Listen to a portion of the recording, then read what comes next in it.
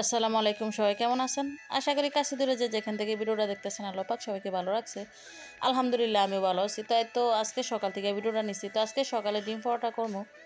তো আমি কিন্তু সকালবেলা ফজর একটু উঠছিলাম, তখনই মানে আটার ডোটা করে রাখছি। এটা একটু আগে করে রাখলে মনে হয় যে একটু মশমশা হয় আর কি, রুটিটা খাইতে একটু ভালো লাগে। তো আর আসলে এখনও মানে বানাইতে পারি নাই, কারণ এই ডিম পরোটা গরম গরম না খাইলে কিন্তু ঠান্ডা হলে একদমই ভালো লাগে না। চিন্তা করছি যে ছেলে মেয়ে উঠলে একদম গরম গরম বানাই দেবো, গরম গরম খাইবো। তো এর ফাঁকে আবার আমি একটু সাজনা পাতার গুঁড়া খেয়ে নিলাম। আসলে আমি অনেকটাই উপকার পাইছি। তো আমি বলি আসলে এটা তো আর টাকার কিনা না, তবে একটু পরিশ্রম করে কইরা নিলেও কিন্তু একদম একদিনের মধ্যে কিন্তু করা যায়। একটু খাইবেন, দেখবেন এটা খাওয়ার পর অনেকটাই উপকার পাওয়া যায়। তো যাদের গ্যাসের সমস্যা অনেক বেশি, আবার যারা একটু ওজন কমাইতে চান তারা কিন্তু এটা খাইতে পারেন। একদম আমি ন্যাচারালি আমি নিজে প্র্যাকটিক্যালি প্রমাণ পাইছি যে এটা খাইয়ে উপকার পাইছে, এই কারণে আপনাদেরকেও বললাম, যেহেতু আমি খাইয়ে উপকার পাইছি যদি আপনাদেরও একটু উপকার হয় আর কি।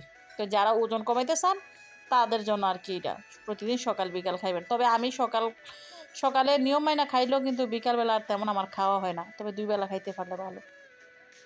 তো ফাঁকে কিন্তু আমি একটু প্লেট বাটিতে দিয়ে নিলাম, কারণ এগুলা বেসিংয়ে থাকলে মনে হয় যে আমি কাজই করতে পারি না, একটু ঝামেলা লাগে আর কি, একটু বেড়া থেরা ফুটা জায়গায় মনে হয় যে দেখতে ভালো লাগে না।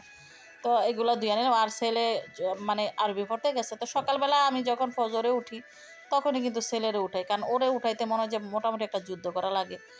ওরে ৩ দফা ডাকা লাগে, তারপরে ও উঠে, মানে 5 মিনিট 10 মিনিট পর পর ডাকতো, এই কারণে সকাল ভোর থেকে ডাকা শুরু করি। তো আমি কিন্তু এই তো সব কিছু ধুয়ে কাইটা কুইটা এখানে রেডি করে নিয়েছিলাম। তো আজকে আমি একটা ভুল করছি, আসলে আমার মনে হয় যে সিদ্ধ আটা রুটিটা দিয়া পরোটা করলে ভালো হয়। তো যেহেতু কাঁচাটার মানে কাঁচাটারা মনে হয় যে বেলতে আমার অনেকটা সমস্যা হয়েছে, একটু রুটিটা ভারী হয়ে গেছে। তো তারপরে সমস্যা নাই, মেহমান তো নাই, ঘরের মানুষ খামো।